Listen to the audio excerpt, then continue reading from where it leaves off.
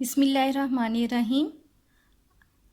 इस वीडियो में हमारा टॉपिक है होमोजीनियस डिफरेंशियल इक्वेशंस, यानी डिफरेंशियल इक्वेशंस कब हम उनको चेक करेंगे कि और देखें कि कब वो होमोजीनियस हैं। अब होमोजीनियस डिफरेंशियल इक्वेशन के लिए पहले हमें एक आर्टिकल समझना पड़ेगा, homogeneous function of degree n। तो उसकी डेफिनेशन है, a function f of x y is called homogeneous of degree n if f of t x t y equal t power n f of x y where t is a non zero real number. यानी एक function वो तब homogeneous of degree n कहलाएगा अगर हम यहाँ पर x की जगह पर टी एक्स रिप्लेस कर दें और y की जगह पर टी वाई रिप्लेस कर दें, तो हमारे पास ये प्रोडक्ट हासिल हो जाए, t power n f of x y. तो जो n है, n उस फंक्शन की डिग्री कहलाएगा। फॉर एग्जाम्पल, और कुछ एग्जाम्पल्स करते हैं जिसमें, और वो चेक कर लेंगे ताकि अच्छे से समझ आ जाए होमोजीनियस फंक्शन की डेफिनेशन भी और उनकी हमें डिग्री भी मालूम हो जाए। लेट्स से फर्स्ट एग्जाम्पल कि अगर हमारे पास फंक्शन ऑफ एक्स वाई है, let's say square root of x y, इसकी हमने चेक करना है ये फंक्शन होमोजीनियस है और इसकी डिग्री चेक करनी है, तो हम पुट करेंगे x की जगह टी एक्स एंड y की जगह t y. Then it will become x t x y t y, so we get t square x y. it will become t square root of xy. Square root of xy is again f of xy. So t f of xy. Hence, this is a function where n is equal 1. It is a homogeneous function of degree 1. Let another example we will do. Let's say f of x y is equal x power 10 plus y power 10 over x square plus y square. Again replacing x by tx, y by ty. So we have x 10t10 plus y power 10 t power 10 divided by x square t square plus y square t square. On simplification, we can take common t power 10, remaining x power 10 plus y power 10, and from denominator we can take common t power 2 and remaining is x square plus y square. After simplification, it will become power t8. So t power 8 और ये बाकी again function of x y है. Again it is a homogeneous function of degree 8. Another example, let f of x y equal है sin x over y. तो इसमें भी हम x की जगह टी एक्स, y की जगह टी वाई रिप्लेस करें, तो sine t x over t y. अब यहाँ से देखें, ये सिंपल t यूँ देखा जाए तो ये कैंसिल हो रहा है, ठीक है। तो ये हमारे पास आ जाता है साइन x ओवर y। अब यहाँ पर t की पावर 0 हम लिख सकते हैं, सो ये t power 0 f of x y, hence homogeneous function of degree 0। अब हम अपने टॉपिक की तरफ आते हैं, होमोजीनियस डिफरेंशियल इक्वेशन। तो अब ये हमारा टॉपिक है होमोजीनियस डिफरेंशियल इक्वेशन। इसकी डेफिनेशन है कि a first order differential equation dy by d x is equal f of x y said to be homogeneous if जो हमें फंक्शन दिया हुआ है वो एक होमोजीनियस फंक्शन हो ऑफ एनी डिग्री। मीन्स के जो हमारा जो फंक्शन गिवन है उसमें तमाम टर्म्स की पावर सेम हो।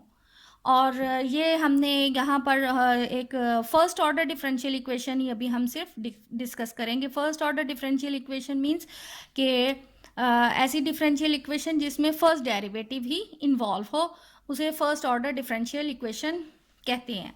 अब एग्जाम्पल देख लें ताकि इजी से अच्छे से समझ आ जाए। Now first example, let's say dy by dx equal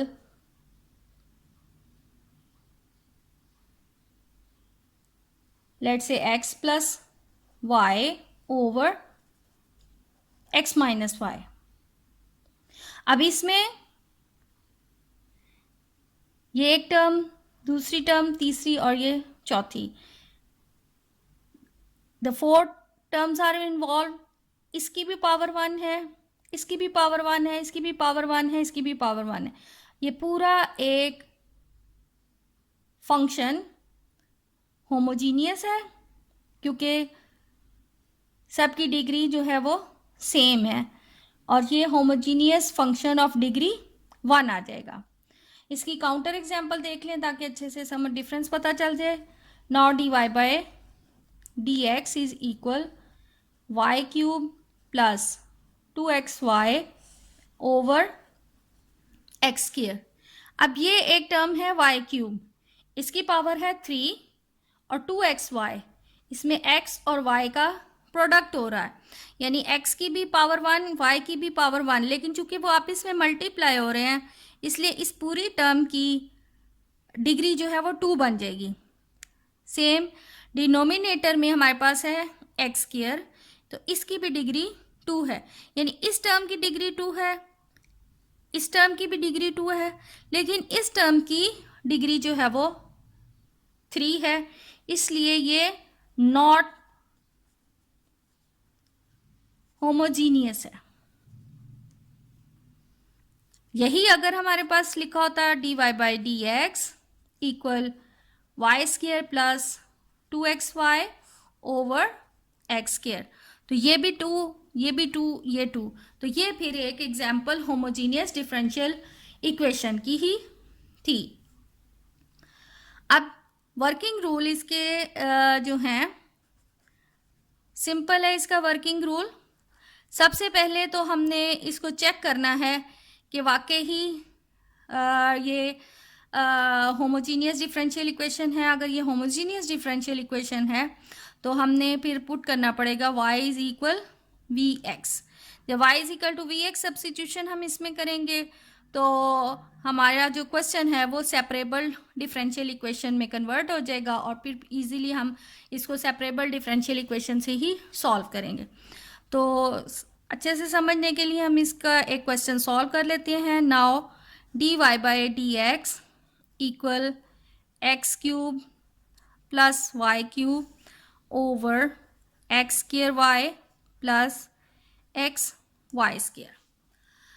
homogeneous differential equation से पहले सबसे पहला मेथड सेपरेबल डिफरेंशियल इक्वेशन होता है।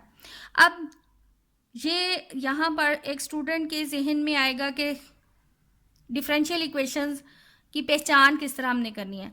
तो यहाँ पर ये जो क्वेश्चन दिया हुआ है सबसे पहले हमने कोशिश करनी होती है कि आया ये सेपरेबल डिफरेंशियल इक्वेशन है, यानी इजीली ये डी वाई के साथ वाई वाली टर्म्स और डी एक्स के साथ एक्स वाली टर्म सेपरेट हो सकती हैं। अगर ये सेपरेट हो सकती हैं तो हम डेफिनेटली वो एक सेपरेबल डिफरेंशियल इक्वेशन होगी। हम इसे फिर सेपरेबल डिफरेंशियल इक्वेशन से सॉल्व करेंगे। अगर जो गिवन हमें डिफरेंशियल इक्वेशन दी हुई है उसमें डी वाई और डी एक्स के साथ वो सेपरेट नहीं हो रही टर्म्स, इट मीन्स कि वो सेपरेबल डिफरेंशियल इक्वेशन नहीं है। फिर सेकंड स्टेप पे आ जाती है होमोजीनियस डिफरेंशियल इक्वेशन।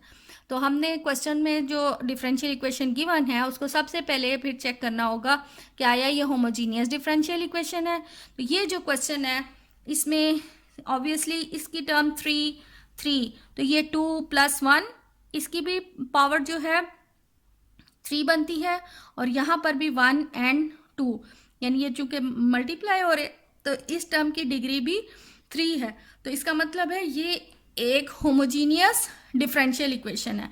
अब होमोजीनियस डिफरेंशियल इक्वेशन के लिए एक मेथड है कि हम पुट करते हैं y = vx।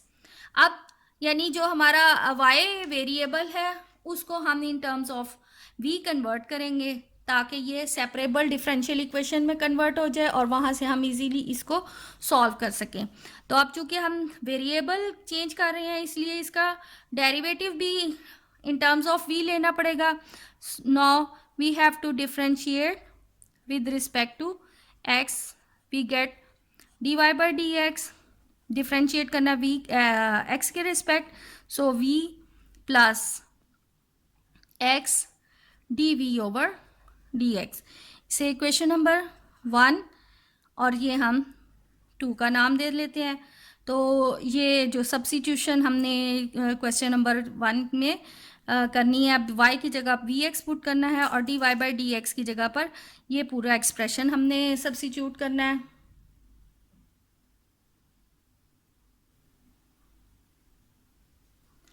तो dy/dx की जगह सब्स्टिट्यूशन करें, then we get v + x dv/dx, और x की जगह पर तो x ही आएगा और y की जगह पर vx पुट करेंगे। After simplification we will get 1 + v³ v + v²।